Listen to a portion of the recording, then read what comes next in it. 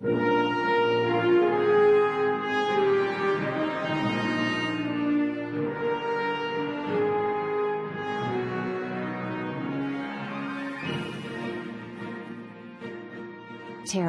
shining jewel of the United Empire of Earth. Terra 3, commonly referred to by its star's name, has made great strides towards becoming the cultural focus of the Empire. While die-hard Earth loyalists would dispute such a claim, there is no doubt that Terra has its finger on the pulse of the civilized galaxy. From the increasing inflow of megacorporate HQs to the system to the influence of Terran-originated music on popular culture, Terra is unquestionably the closest thing to a rival Earth has ever produced.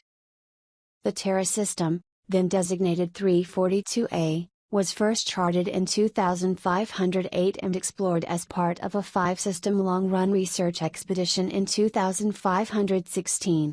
When the first long-distance magnetic relay images of the system's third planet resolved, the explorer crew immediately knew they had hit it big. A natural super-Earth located squarely in the star's green band, Terra 3 was immediately recognizable for its astounding similarity to an untouched Earth. Lush, verdant and brimming with natural resources, Terra's colonization was immediately obvious. Within 2 years no fewer than 7 colonial silo ships had been dispatched to the world. Astrophysicists soon staked their own claim with a startling discovery. Terra system's unique location and makeup meant that it was a strong jump point hub. Like Sol, Terra is a G-type main sequence star. Unlike Sol, it's at a planetary system never formed.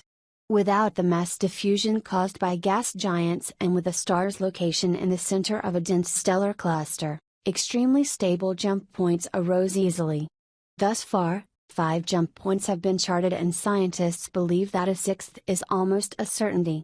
Theoretically, as many as 24 could exist, although the odds against most of them ever being stable enough for transit are astronomical. Exobiologists, too, had an early interest in the system. Massive stone ruins clearly indicative of intelligent life were discovered on Terra 3's southern continental mass.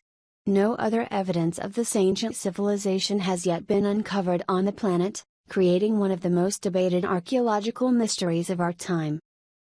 Terra 3 was the 12th planet colonized by the United Empire of Earth. In 4 centuries, owing to its jump network and location, it has evolved into a massive trade hub.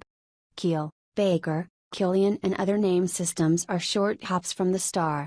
The world's plentiful resources, cultivated carefully so as not to impact the environment, have fueled the Empire's eastern expansion program. Terra I. A nondescript rock world incredibly close to its star. Although rich in certain minerals, attempts to harness resources on Arrow have been largely unsuccessful due to its proximity to the Sun. Even the harshest environment suits are incapable of sustaining human life long enough to conduct factory maintenance on a world with a 95 standard Earth day orbital period. The mining efforts on Pike, on the other hand, are a masterpiece of human engineering. One of the most mineral-rich planets in the galaxy, Pike is dotted with thousands of unmanned cities churning out tons of platinum, mercury, iron and gold every day. With 3 times the orbital period of Arrow, Pike is still incapable of sustaining human life for an extended duration.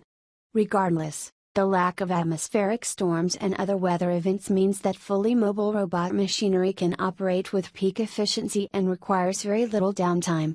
The mines and refineries of Pike have been essential to fueling Terra's expansion and to allowing Terra itself to remain relatively untouched. The capital city of Terra is Prime, a beautiful bayside megacity built on the foundations of 2 of the original colony ships. A stark contrast to Earth's metropolises, everything in Prime was planned by the original settlers, leading to a much greater balance between nature and civilization than is found elsewhere in the Empire. Unlike many cities, Prime's primary landing zone is located away from the city to reduce pollution and air congestion. A monorail runs pilots to and from their hangars. Don't let the relaxed atmosphere fool you, though. Prime has everything New York or Moscow does, from ship upgrade stores to black market opportunities. The city itself divides into 2 major regions, the sparkling downtown and the lower-class residential region known as the Block. Opportunities for visitors are available in both portions of the city. Terra's second largest city is Kwasi, in the colder southern hemisphere. Kwasi is built into the shadow of the massive ruins discovered early in Terra's exploration. Kwasi is considered more of a tourist destination than prime, although several corporations operate in the region. Crusader Industries, best known for its facilities in Stanton System, operates the Platinum Bay landing facilities. New Austin, another initial colonization point, is as close as Terra comes to an industrial city.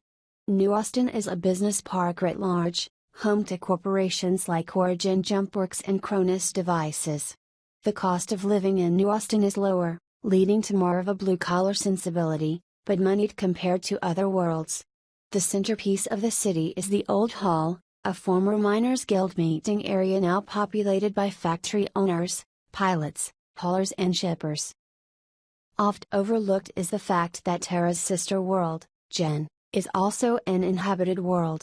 This smaller planetoid, the outermost in the system, was terraformed roughly a century after Terra's initial settlement and is now home to the diplomatic and military aspects of the system's government.